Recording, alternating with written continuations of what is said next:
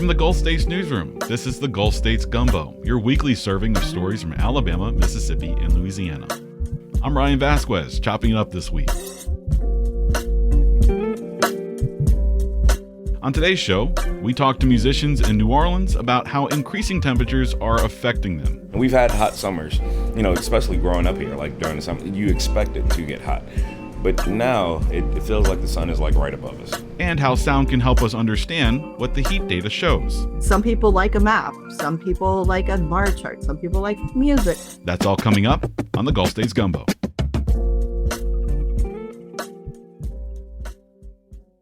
New Orleans is getting hotter. Just ask any of the city's musicians marching in parades and playing gigs outside.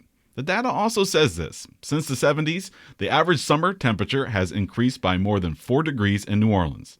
We know what the heat can feel like, and with visual representations like graphs and charts, we know what the data can look like. But what does the data sound like?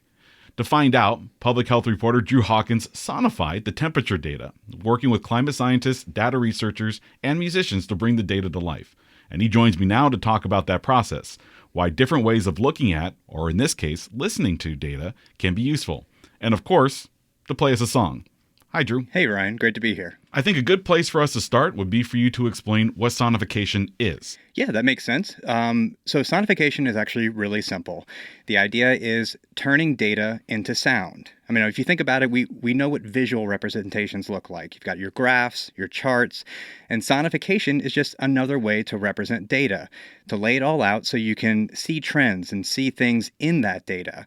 Like how in a line graph or in a line chart, you can see different trends. You can see what the data is showing you. That's basically what sonification is, just with sound. That makes sense. So if you're thinking of sonifying temperature data, you need the data first.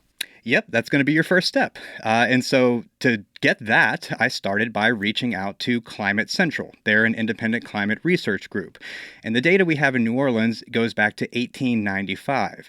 Now, of course, New Orleans has always been hot, especially in the summer. But we can see the trends in the data that it started to get a lot hotter much more quickly around the 1970s or 80s or so.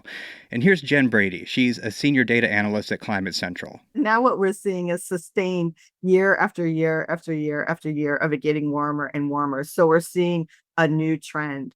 So it's levels that we've never seen before. And I'll share a graphic with you later when we're looking, and I can share with you of just the records set by decade. And you heard Brady just talk about sharing a graphic with me. Climate Central also makes visual representations like graphs and charts. Because Brady said, looking at raw data, it may not convey the significance of that data. The way she put it was like her parents wouldn't understand what this means, right?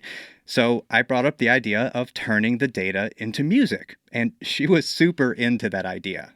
I am not just like saying this to be nice as an interviewee. I think it is a really amazing idea. And I think it could be a way to convey the magnitude of it without people having to understand what a deviation is. Okay, so you've got the data. Your climate researcher thinks this is a good way to represent it.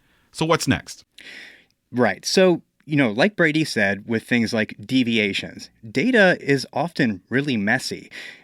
Scientists call those fluctuations that you can see in a graph and a line chart, they call that noise. And so with temperature data, you've got fluctuations like weather or different temperatures for each year. Those are all those spikes you can see on that line graph. But underneath it, you can see what's called a trend line. And in this instance, that would be the climate trend. And if you look at that trend line, you can clearly see that the temperature is going up. So the trick was to take this data, filter out that noise, and represent it in a way that was still accurate, right?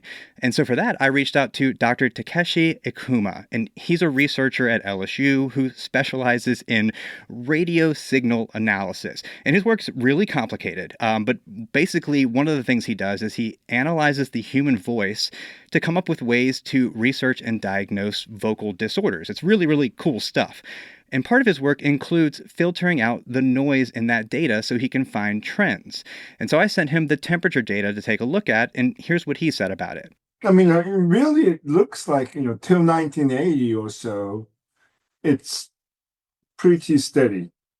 Like, if you just take out the spikiness and just look at the general trend, There's a little dip around 1960s, 1970 or so. Then it just goes up relatively in a straight line, the way I see it. Now, in addition to being a researcher who specializes in vocal tones and sound, Ikuma also happens to be an amateur composer. So he helped me take that heat data and transpose that and find the trends and put that into sheet music. You've got the data. You've got it mapped out into sheet music that reflects the increasing temperatures. Now, all you need is that band, right? Yep, just you can't have music without a band. Big, important part. So what I did is I reached out to a guy named Donovan Calhoun Bettis. And for this, he's going to be our musician guide, our musical expert for this project. He's the leader of a brass band called Bettis and Third Degree. And Bettis is really about as New Orleans a musician as it gets. Music, background, church, school, marching.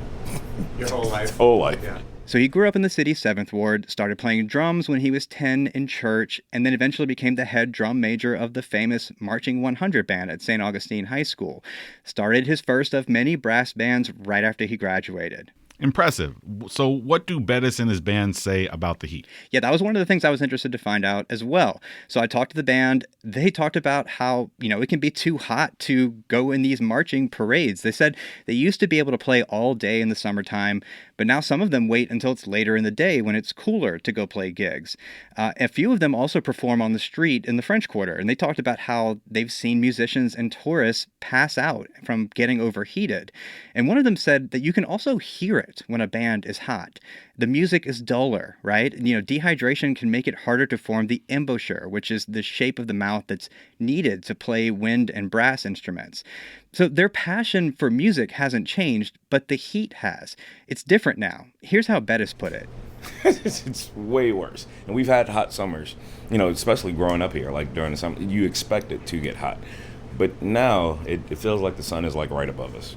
If we're thinking about the impacts of heat, some groups are more affected than others, right? Like musicians, they would sort of have a front row seat to any temperature change. Yeah, if you think about musicians, kind of how you could think about like farmers or people who are experiencing homelessness, people who live and work outside. They've got some of the best insight into what increasing heat actually looks and feels like. And musicians are part of that group. So data, check. Your sheet music, check. And your band, check. What now? Now it's time to make some music. What we did is we met up on a Saturday evening. Ryan, you were actually there, along with our deputy managing editor, Orlando Flores. And we went through the data. We went through the music on the sheet, worked with the band, and then they just did their thing. They played. It was a lot of fun. Let's listen.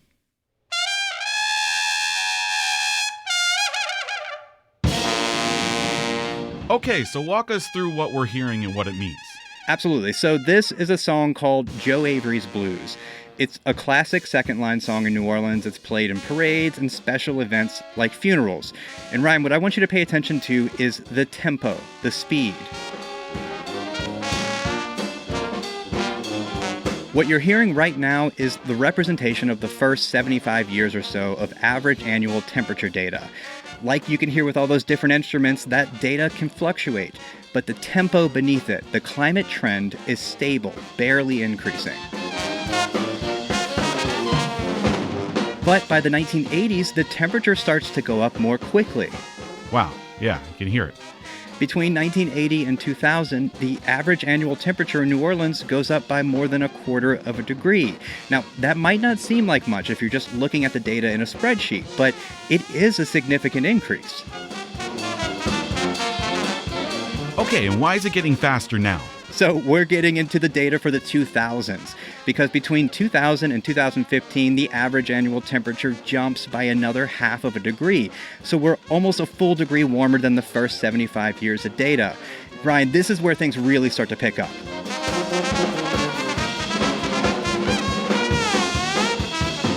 Yeah, it's lightning quick now. This is the data in the last decade. And the rate at which the temperature is increasing has accelerated even more. We're talking almost 1.5 degrees since the 2000s, 2 degrees more than the 1980s. And the thing is, many climate scientists say it's actually getting faster.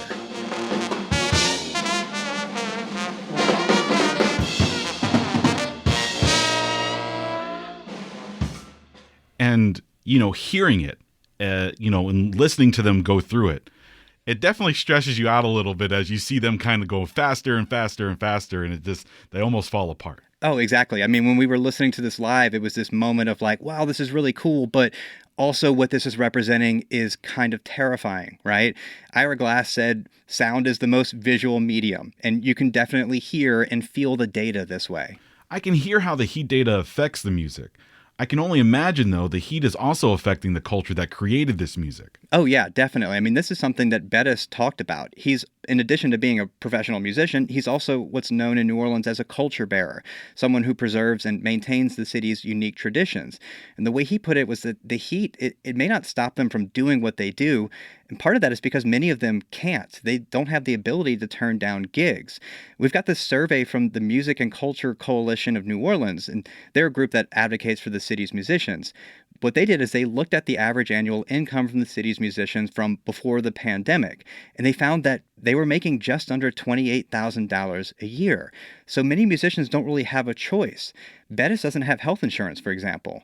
But the heat, it still does affect everything. Here's how he put it. I don't even see what the preventative measures are or could be to like continue the culture the way we do it and still not like pass out or, be in sweltering heat the entire time. So with the trend we're seeing in the data, will the heat just keep getting worse and worse? Unfortunately, Ryan, I think the answer to that question is yes. Jen Brady, who we heard from earlier, the researcher at Climate Central, she said this is all because of climate change, that rapid increase in temperature. And greenhouse gases from emissions like fossil fuels and industry and agriculture, it creates this blanket as it accumulates in the atmosphere that traps and holds heat.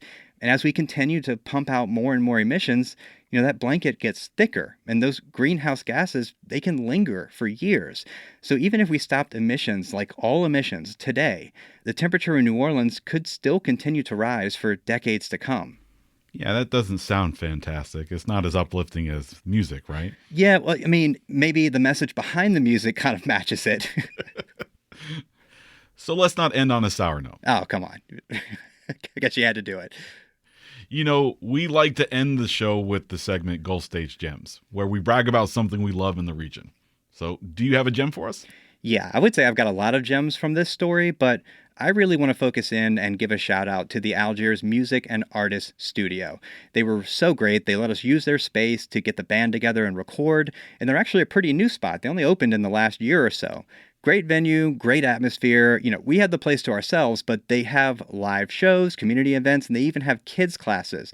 I was talking to the owner, who's a super nice guy, and he mentioned wanting to start a book club there soon, which had my full attention. So I would say that is my gem. The Algiers Music and Artists Studio. It's over just outside Algiers Point. So if you're in New Orleans or if you're visiting New Orleans, don't be afraid to cross the bridge and check them out. That's great. It was a fantastic spot. You can see pictures of Gulf Stage gems from across the region on our Instagram, and we want to hear about a place you consider a gem. It can be a restaurant, a bookstore, or a natural park. Really, there are lots of gems everywhere. Send us your suggestion. Email connect@gulfstatesnewsroom.org. This week's show is cooked up by the Gulf States Newsroom team. Our theme music is by DJ Supreme. Special thanks to our partner stations, WBHM, Mississippi Public Broadcasting, WWNO, and WRKF. You can find us in your podcast feeds every Friday. Look us up and be sure to subscribe. Again, I'm your host, Ryan Vasquez, and thanks for listening. Don't forget to stir your room.